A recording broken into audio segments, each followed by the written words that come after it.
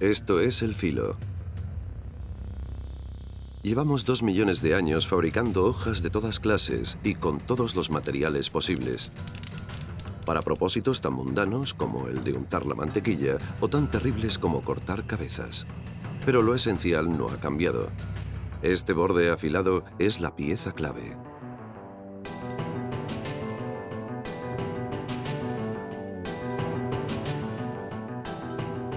Parece imposible, pero algunos de los cuchillos más afilados de hoy en día están hechos de cerámica. Igual que una maceta normal y corriente, solo que utilizando una técnica muy depurada. Con precios que oscilan entre los 75 y 300 euros, los cuchillos Kyocera no son muy asequibles. Pero no debería sorprendernos tanto si tenemos en cuenta sus estrictos controles de calidad a la hora de fabricar las hojas, un proceso cuyo secreto se guarda celosamente.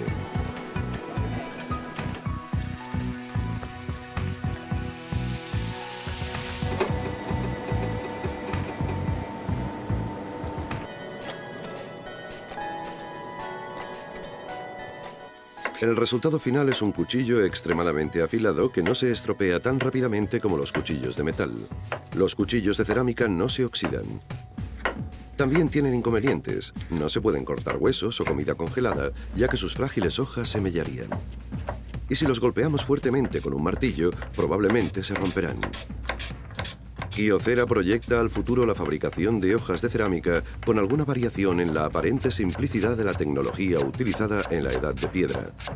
A destacar la elegante sencillez de esta herramienta de corte. La Edad de Piedra se define como el periodo en que el hombre comenzó a utilizar la piedra para fabricar utensilios como el cuchillo. Y en aquella época, los cuchillos eran una herramienta muy necesaria. En sus investigaciones sobre las comunidades más antiguas, los arqueólogos se han visto recompensados con el descubrimiento de pedernales y restos de obsidiana.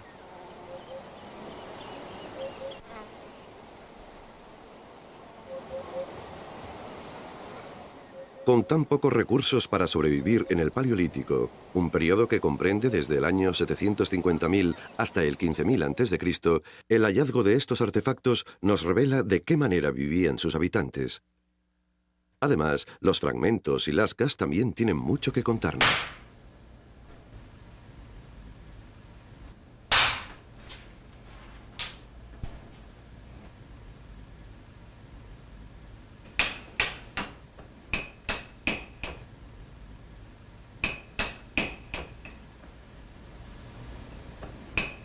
La mejor forma de comprender la fabricación de utensilios en la Edad de Piedra por los arqueólogos es recreándola, mellando o lijando sus propios utensilios. En este caso, las hojas más afiladas se fabrican con obsidiana, un metal que se extrae de las rocas volcánicas.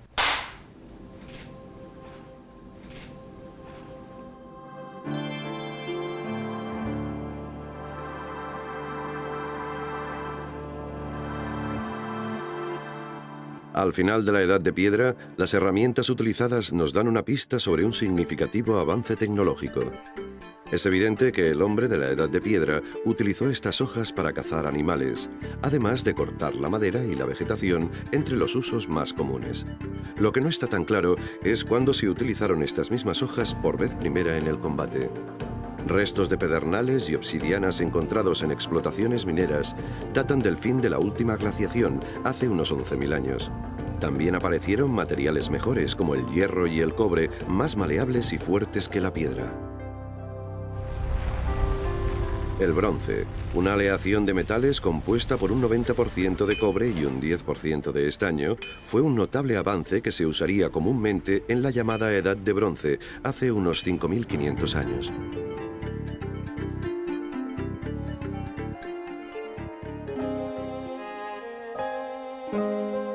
Los orígenes de la metalurgia se pierden en los orígenes de la historia.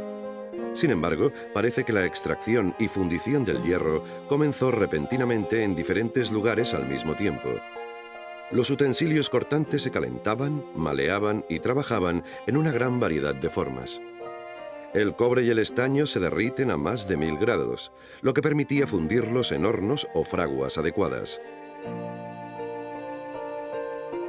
Estos hornos, al principio, se construían junto a las colinas, donde una chimenea aportaba el oxígeno necesario para intensificar el calor del fuego.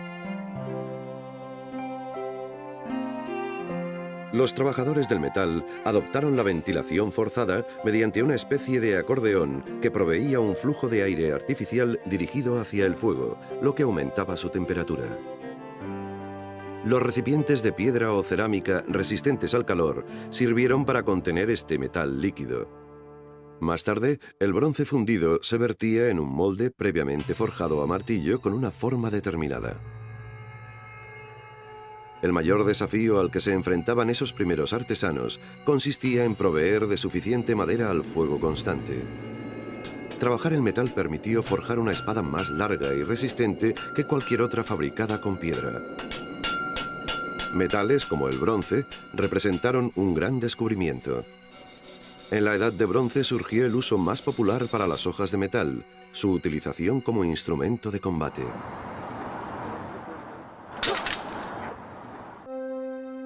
La espada, elegante y poderosa, es la cumbre de los utensilios de hoja afilada, la culminación de la técnica aplicada a estas mismas hojas.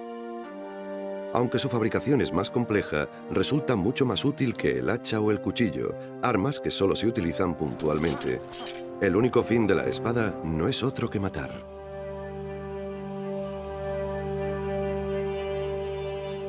Al igual que las hachas o cuchillos, las primeras espadas eran de cobre y más tarde de bronce.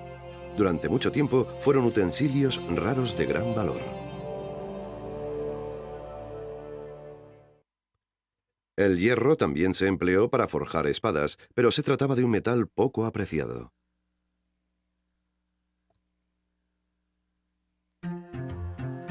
El acero es una aleación de hierro y carbono. Al igual que el bronce, lo es de cobre y estaño.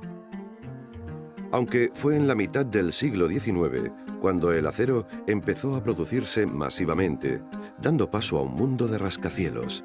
La forja del acero es tan antigua como la del hierro.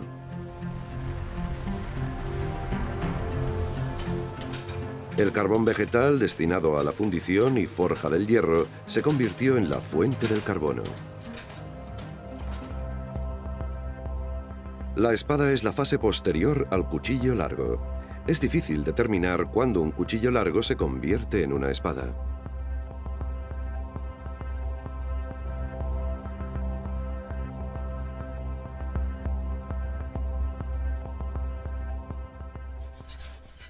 Una manera de distinguir las espadas reside en su fabricación, más complicada que la elaboración de hachas y cuchillos. Cualquier herrero podría fabricar esas armas, pero solo un auténtico maestro armero podía hacer una espada. Paul Champagne es uno de estos maestros. Fabrica sus propias espadas utilizando técnicas ancestrales.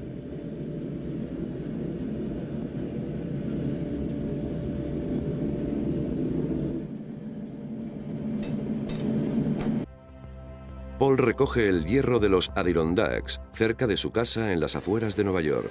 Emplea hasta 160 kilos de carbón vegetal para crear este pedazo de metal. Primero hay que romperlo en piezas más pequeñas, de donde obtendremos el acero. Y luego fragmentarlo en piezas aún más pequeñas.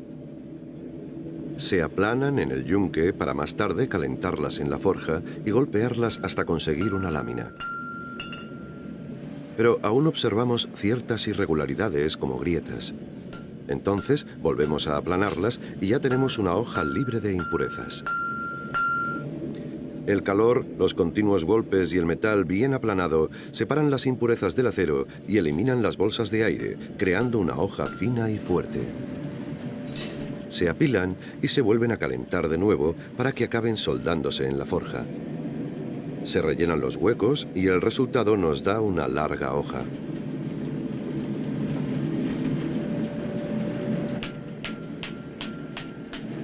Luego debe realizarse un corte en el centro hasta conseguir una especie de masa.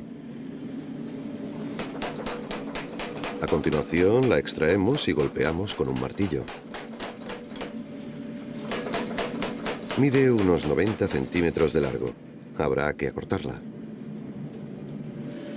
Finalmente, tenemos algo parecido a una barra de acero.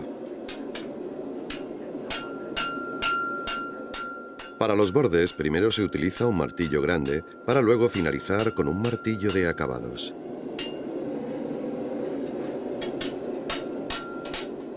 Aquí se puede observar cómo va tomando la forma de un borde.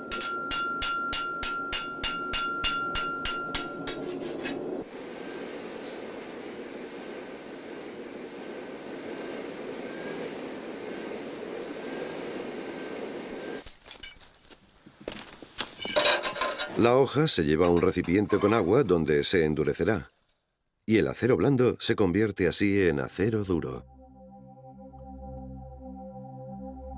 Enfriar con rapidez el acero provoca un drástico endurecimiento debido a un cambio molecular que ocurre cuando la espada es calentada hasta su punto crítico de temperatura.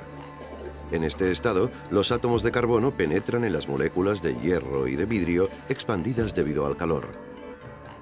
Un rápido y preciso enfriamiento del acero en ese instante contrae el vidrio y el hierro, atrapando los átomos de carbono en su interior. El resultado es un acero duro y resistente. Un fuego lento, conocido como proceso de templado, reducirá la fragilidad del acero endurecido. El último paso en la fabricación de la espada es la empuñadura, que como su propio nombre indica, sirve para sostenerla.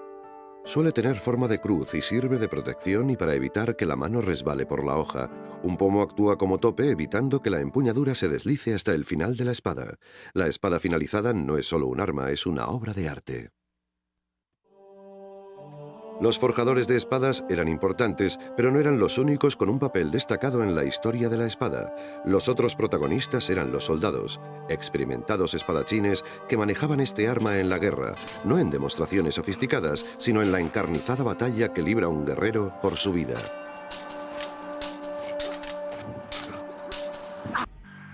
Debido a la dificultad que implica su fabricación, la espada, por encima de cualquier otro arma, está provista de una cierta aureola mística.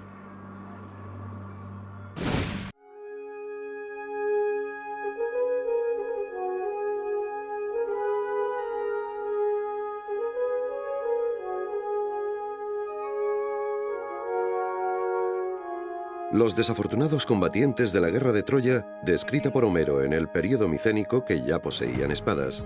Más tarde, los romanos también supieron sacar un buen provecho de ellas. Los fabricantes de armas romanos proveyeron a sus soldados con cientos de miles de estas espadas llamadas Bladis Hispaniensis o espada española. Otras culturas, además de la griega y la romana, incorporaron el arma a sus milicias, aunque la forma de la espada originaba diferentes métodos de combate. En la Edad Media, las espadas fueron diseñadas para vencer la resistencia de las armaduras. Eran más largas, acentuándose el predominio del impacto sobre el corte. El combate con la espada requería habilidades especiales, adaptadas a la forma de la espada utilizada.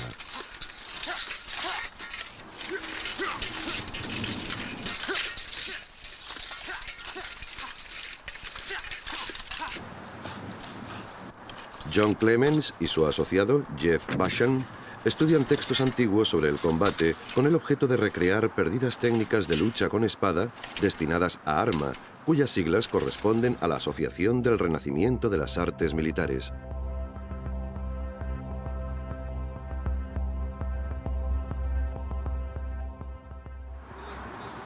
Las espadas diseñadas específicamente para impactar en las armaduras tienen más peso en la empuñadura y permiten un mayor control.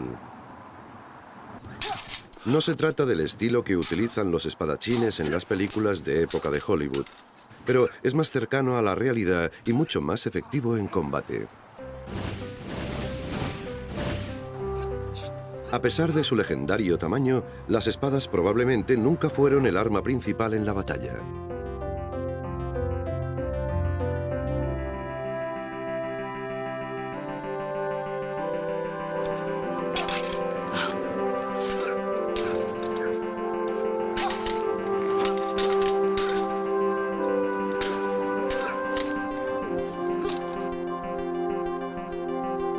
Curiosamente, una invención originada a finales de la Edad Media relegó accidentalmente a la espada a una función meramente ceremonial. Cuando la espada empezó a hundirse lenta pero inexorablemente en el olvido, surgió un extraño cruce. Era la bayoneta, la extensión de las armas de fuego.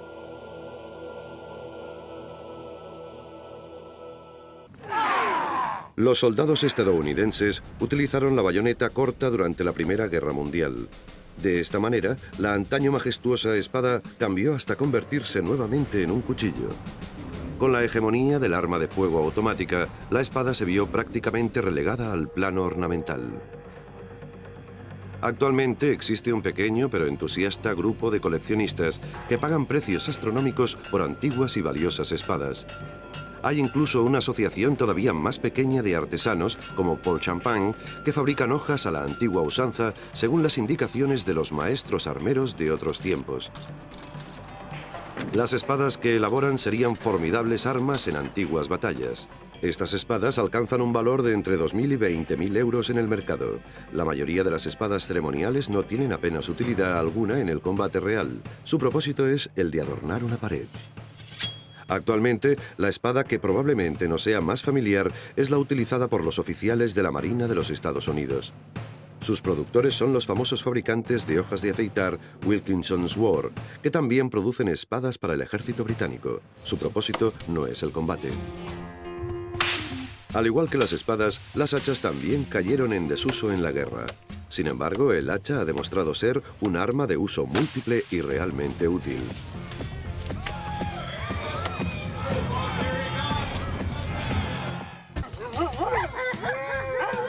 El festival Klondike Days en Eagle River, Wisconsin. Temperatura -2 grados. Pronóstico chubascos. Las atracciones de hoy incluyen el trineo tirado por perros, la tala con sierras mecánicas, el arrastre con caballos y paseos con ponis. Pero la mayoría de asistentes acuden para ver a los leñadores. Los acontecimientos programados incluyen la sierra a 2 hombres, la tala bajo cintura, la escalada al poste y la tala en tablón. Pero una de las cosas que más gusta a los asistentes es el lanzamiento de hacha.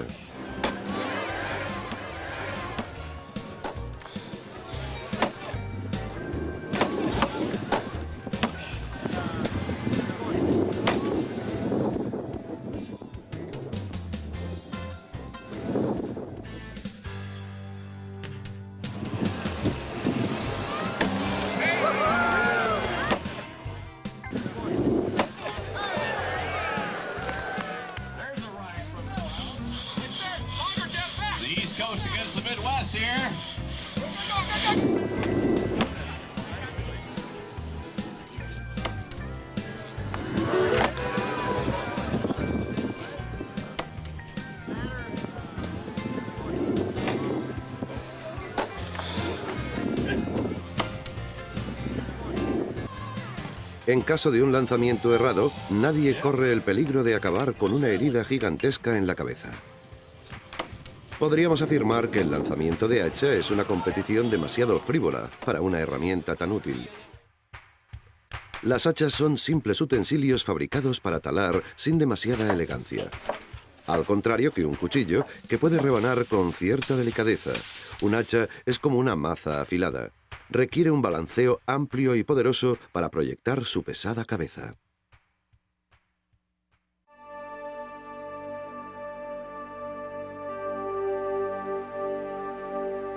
Con la llegada de la metalurgia durante la Edad de Bronce, se forjaron en los hornos hachas mucho más fuertes. Además de una herramienta tremendamente útil, el hacha se convirtió en un arma formidable. Su poderoso vigor suplía con creces su falta de elegancia.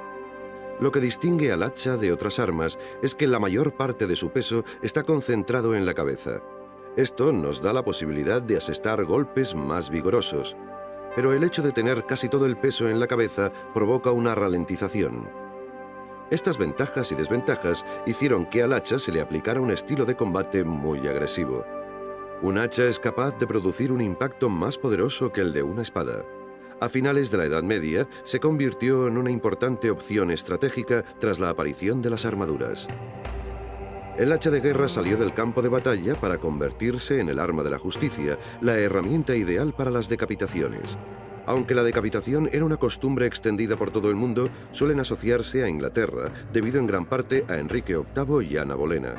Estas hachas usadas en las ejecuciones eran curvadas, de manera que concentraban el golpe en un solo punto y facilitaban la penetración en la carne y el hueso. La fabricación de las hachas era similar a la de una espada, aunque su fabricación no resultaba tan complicada y comenzaba con una lámina de metal. Aunque la producción de hachas entró en la revolución industrial, los sencillos métodos para fabricarla apenas han cambiado. Así, el método artesano sobrevivió. Esta filmación, tomada a principios del siglo XX en las industrias Fiskars, en Finlandia, muestra una planta de fabricación donde apenas percibimos cambio alguno. Al contrario que las tradicionales empuñaduras de madera de nogal, la fibra de vidrio es mucho más resistente y no se encoge ni se hincha con los cambios de temperatura. El centro de gravedad está situado en la cabeza del hacha, creando una herramienta más ergonómica. Fiskars somete a sus hachas a pruebas de fuerza y resistencia y también fabrica accesorios para ellas, como una serie de afiladores para sus diferentes modelos. Las hachas Fiskars se distribuyen por todo el mundo para abatir árboles en lugar de enemigos. Se trata de una herramienta muy versátil, pero los modernos guerreros necesitan algo más útil, más sofisticado. Un arma mortal contra el enemigo que tenga la delicadeza de poder untar la mantequilla.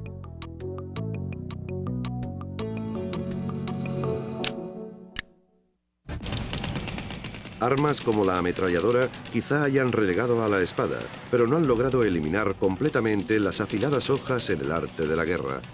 Con el tiempo, la espada dio paso al cuchillo de combate. La facilidad con que se oculta una daga es una de sus grandes ventajas.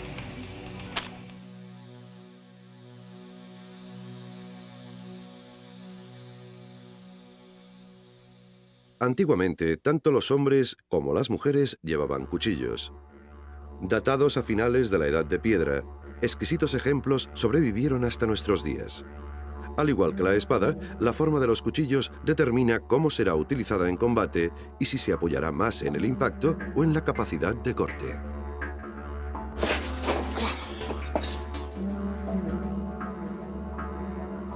Ron Harris, un experto en las armas de filo, junto a Paul Beric, nos muestran algunas técnicas básicas de combate. Por su versatilidad, los cuchillos eran herramientas demasiado valiosas para seguir el mismo camino que las espadas, sustituidas por las armas de fuego como elemento principal del combate. De hecho, la utilidad del cuchillo sigue siendo vital en el equipo de cualquier soldado a la hora de afrontar una batalla. Por no mencionar el variado uso que de él hacen los modernos guerreros de fin de semana. Nada es más evidente que el tremendo éxito de las navajas del ejército suizo.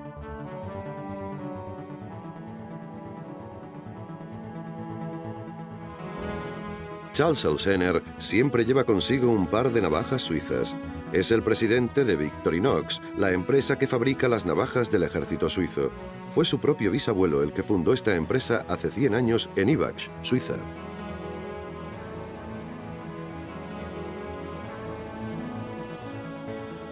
Elsener pensó que esas navajas debían ser suministradas por fabricantes suizos, por lo que trazó una estrategia para terminar con el suministro de cuchillos alemanes.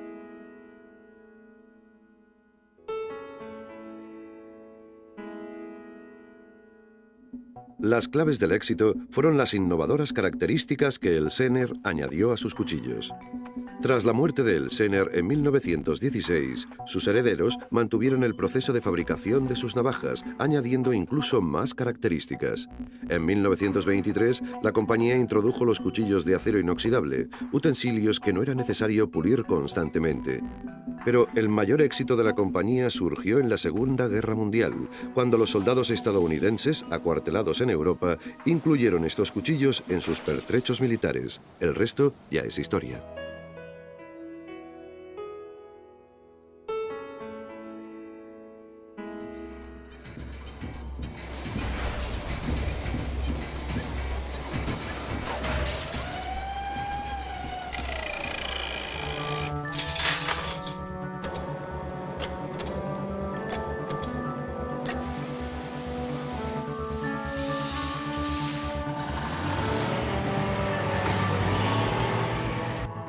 Victorinox también dispone de una popular línea de cubertería. Cubertería es el término utilizado para todos aquellos utensilios que van desde la cuchara sopera hasta los tenedores para la ensalada o los cuchillos empleados para la carne o la mantequilla. En cierta manera, los cuchillos utilizados para la mantequilla son el máximo refinamiento de la antigua hoja de pedernal. La cubertería moderna raramente provoca alguna lesión, salvo descuidos accidentales. Antiguamente, la daga que se utilizaba para acabar con el amante servía también para pelar las patatas a la hora de la comida. En aquellos tiempos, ningún uso era inocente.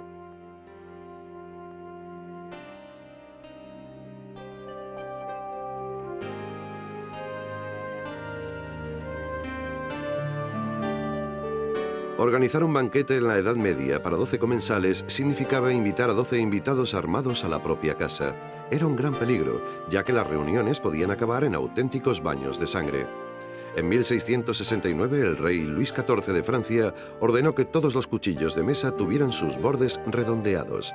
A medida que la cubertería ganaba en refinamiento, los cuchillos perdían su amenazador aspecto. Los invitados no necesitaban desenfundar sus propios cuchillos. Encontraban inofensivos cuchillos esperándoles en la mesa, otra innovación cortés del monarca francés. En adelante, los cuchillos afilados se guardarían en la cocina.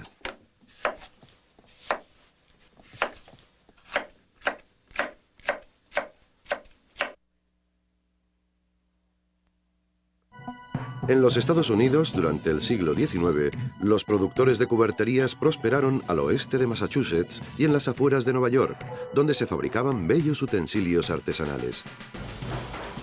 Compañías como Oneida continuaron con la tradición al producir masivamente cubertería de acero inoxidable extraído de las láminas de metal que se cortan y planchan durante el proceso de montaje.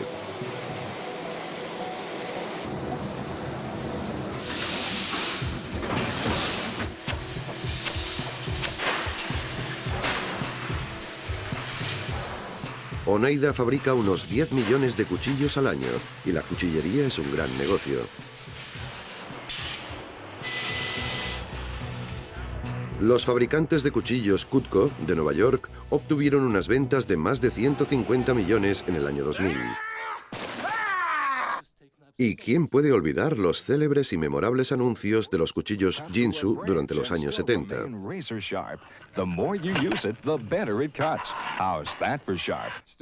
Pero la auténtica innovación de los cuchillos Ginsu consistía en su estrategia de venta directa.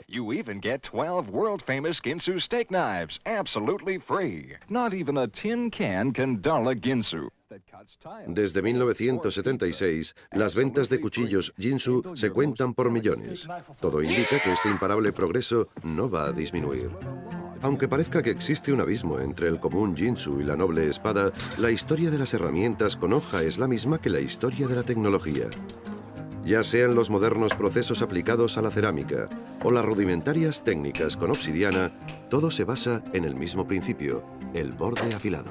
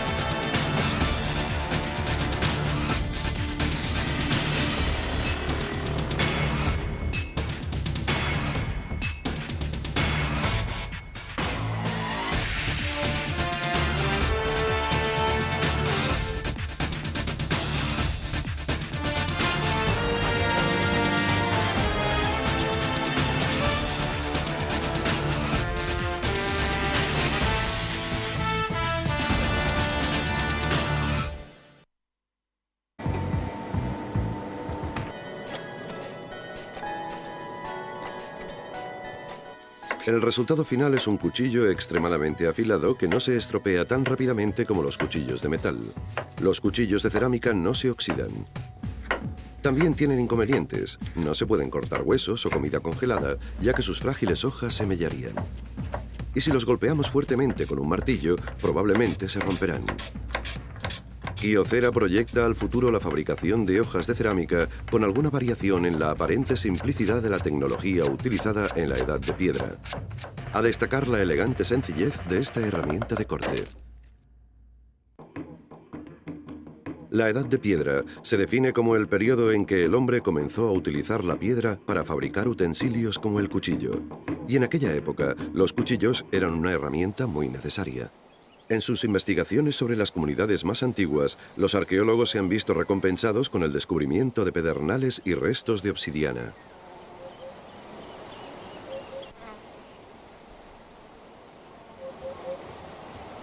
Nos dan una pista sobre un significativo avance tecnológico.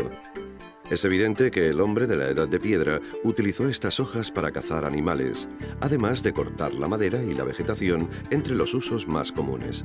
Lo que no está tan claro es cuándo se utilizaron estas mismas hojas por vez primera en el combate. Restos de pedernales y obsidianas encontrados en explotaciones mineras datan del fin de la última glaciación, hace unos 11.000 años. También aparecieron materiales mejores como el hierro y el cobre, más maleables y fuertes que la piedra. El bronce, una aleación de metales compuesta por un 90% de cobre y un 10% de estaño, fue un notable avance que se usaría comúnmente en la llamada Edad de Bronce, hace unos 5.500 años.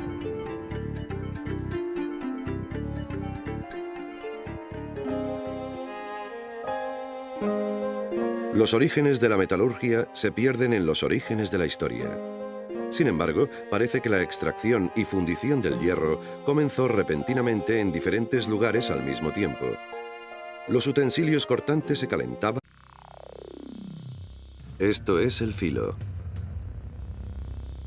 Llevamos 2 millones de años fabricando hojas de todas clases y con todos los materiales posibles, para propósitos tan mundanos como el de untar la mantequilla o tan terribles como cortar cabezas. Pero lo esencial no ha cambiado. Este borde afilado es la pieza clave.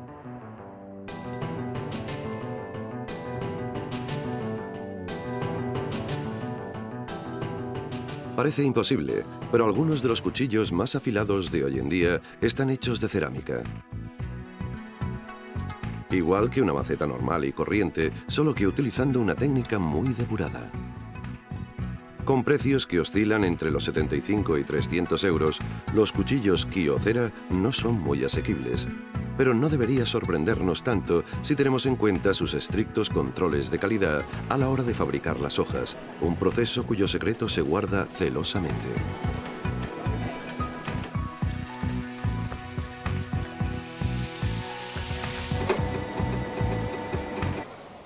Con tan pocos recursos para sobrevivir en el Paleolítico, un periodo que comprende desde el año 750.000 hasta el 15.000 a.C., el hallazgo de estos artefactos nos revela de qué manera vivían sus habitantes. Además, los fragmentos y lascas también tienen mucho que contarnos.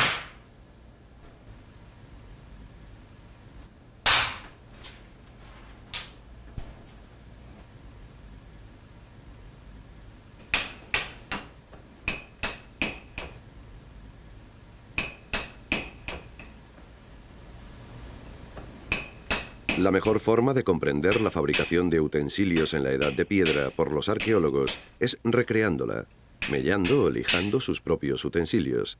En este caso, las hojas más afiladas se fabrican con obsidiana, un metal que se extrae de las rocas volcánicas.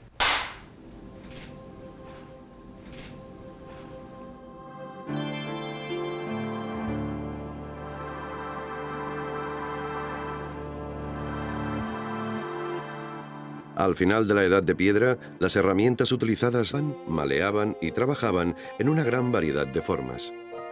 El cobre y el estaño se derriten a más de 1000 grados, lo que permitía fundirlos en hornos o fraguas adecuadas.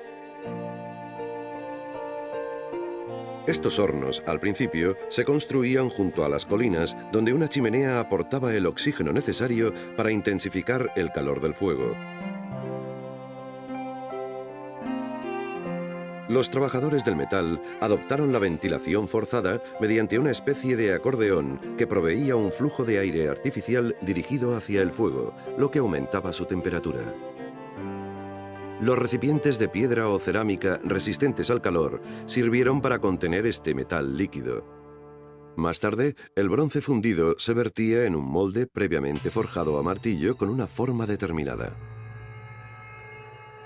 El mayor desafío al que se enfrentaban esos primeros artesanos consistía en proveer de suficiente madera al fuego constante. Trabajar el metal permitió forjar una espada más larga y resistente que cualquier otra fabricada con piedra.